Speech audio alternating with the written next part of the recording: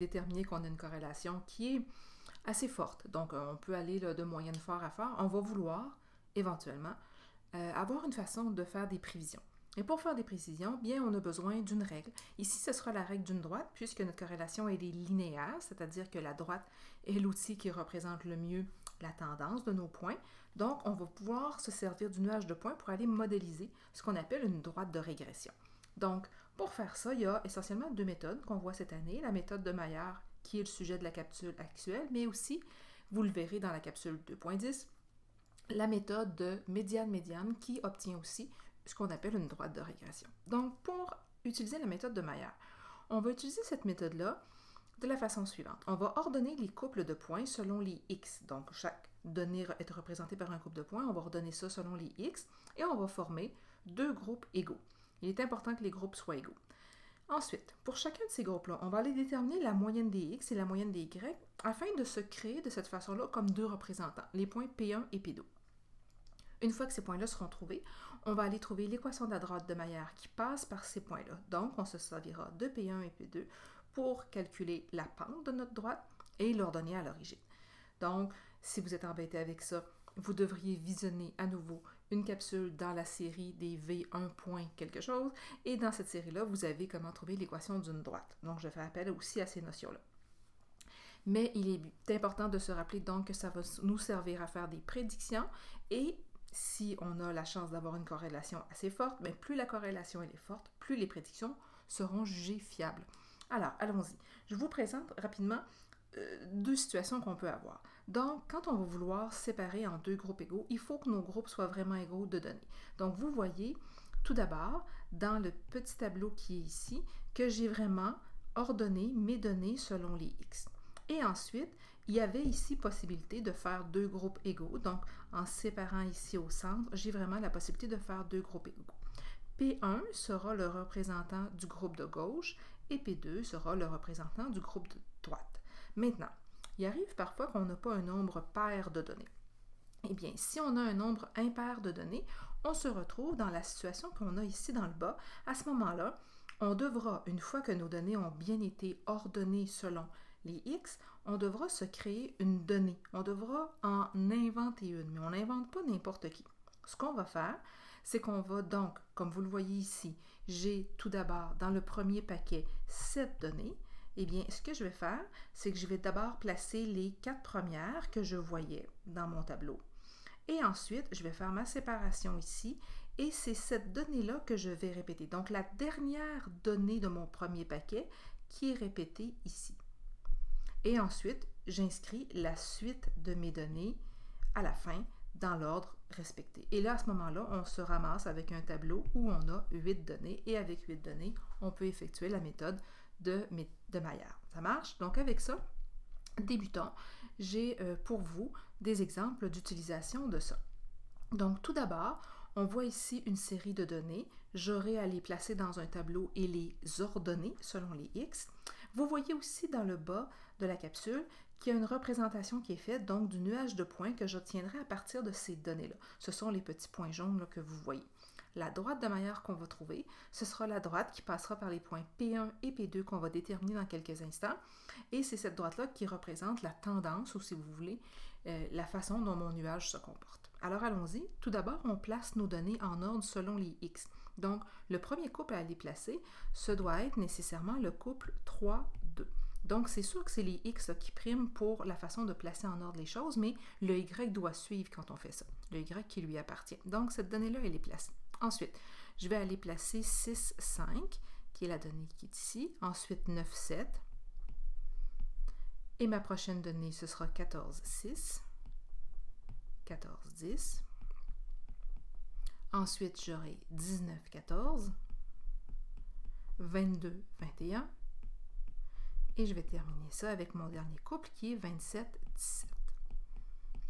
Et avec ça, j'ai vraiment donc mes 8 données de très bien placées. Ce sont les x qui sont placés en ordre, mais les y qu'ils possédaient ont suivi lors de cette place-là.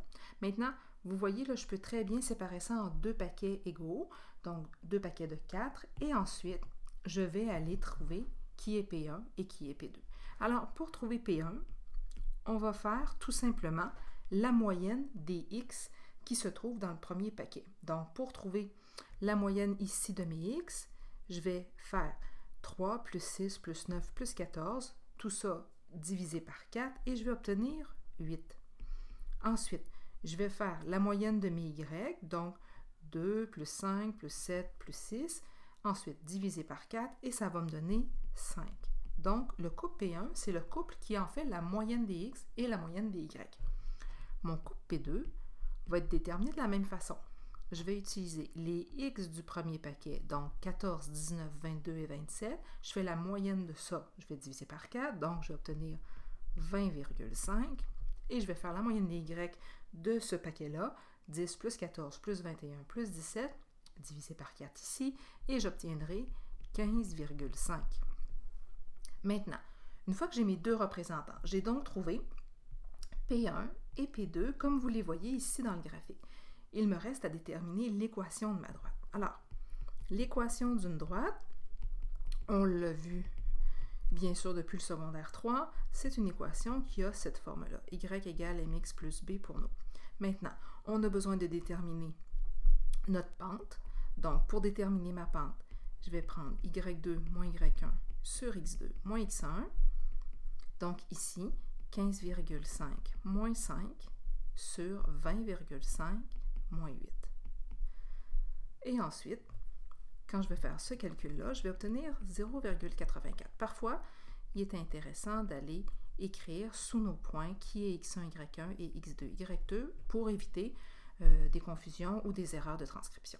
Ensuite, une fois que ma pente est trouvée, je vais pouvoir aller l'inscrire à l'intérieur de mon équation. Ça me donnera une version temporaire de mon équation et il va me rester ici à aller trouver la valeur de mon paramètre B, mon ordonnée à l'origine. Alors pour faire ça, je peux prendre un ou l'autre des deux points que j'ai. Je peux prendre P1 ou P2, mais je ne peux pas prendre personne dans le tableau en tant que tel. Donc je vais ici prendre P1 parce que ce sont des valeurs entières, c'est plus commode pour moi.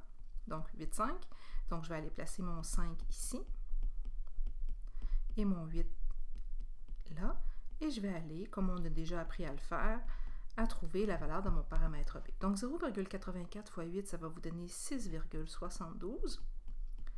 Et pour trouver la valeur de notre petit b, on va faire 5 moins 6,72. Vous allez obtenir moins 1,72.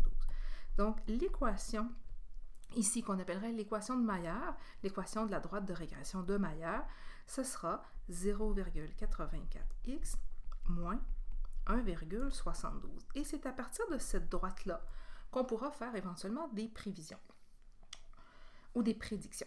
Donc, vous avez ici donc l'équation de la droite qui est en mauve dans le graphique, mais c'est la droite qui passe par P1 et P2. Maintenant, si nos points sont ici en corrélation assez forte, cette droite-là va vraiment suivre la tendance des points et va vraiment nous permettre de faire des prédictions de plus en plus fiables.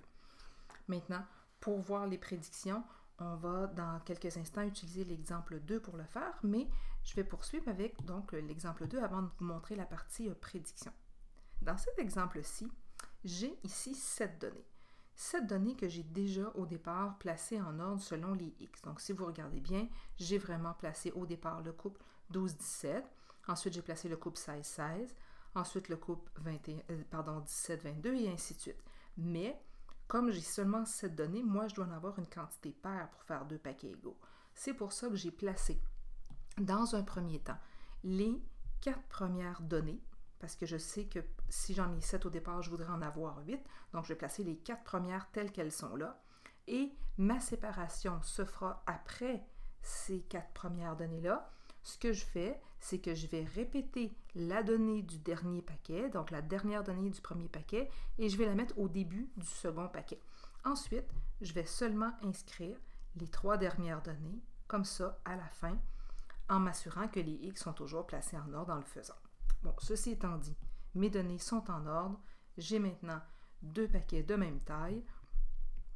Mon couple P1, c'est donc la moyenne des X et des Y du premier paquet, 12 plus 16 plus 17 plus 18, tout ça divisé par 4, parce que j'ai 4 données dans ce paquet-là.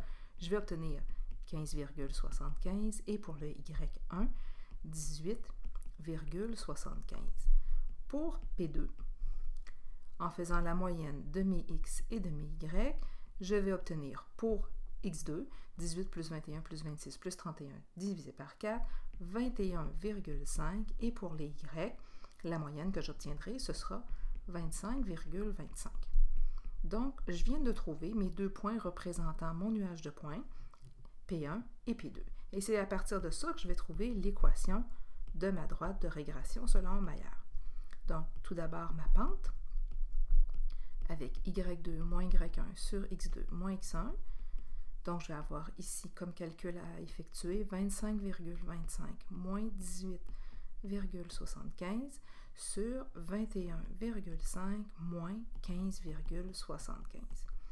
Bon, ceci étant dit, quand je vais effectuer ce calcul-là, je vais obtenir ici 1,13 environ. Donc, d'habitude, quand on obtient notre pente, on peut arrondir au centième. La précision sera suffisante pour ce qu'on a à faire en statistique cette année.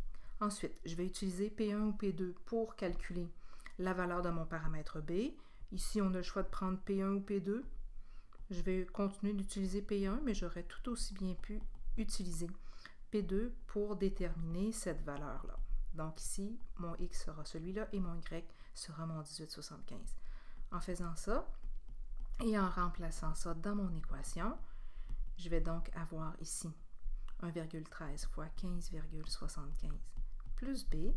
Je vais effectuer ce calcul-ci d'abord. Donc 18,75 est égal à 17,80 environ. Et ensuite, en isolant mon B, je vais obtenir 0,95. Ce qui me donne comme équation de Maillard, ici comme équation de droite de régression selon Maillard, 1,13x plus 0,95. Maintenant, à partir de cette droite-là, donc si ma corrélation est suffisamment forte, je pourrais faire la prédiction. Alors, je vais le faire en couleur pour que vous voyez bien comment je traite les prédictions.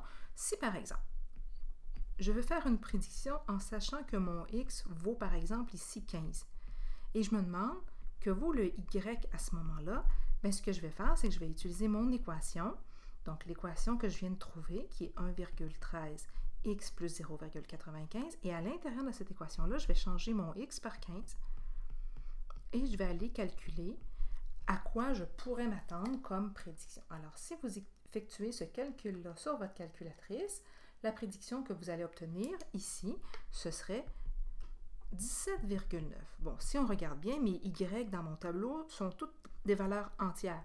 Donc, je n'aurais pas considéré 17,9 comme réponse, mais j'aurais plutôt arrondi à 18 ici. Et j'aurais dit, je peux m'attendre que si mon X vaut 15, j'aurai un couple aussi au point 15-18.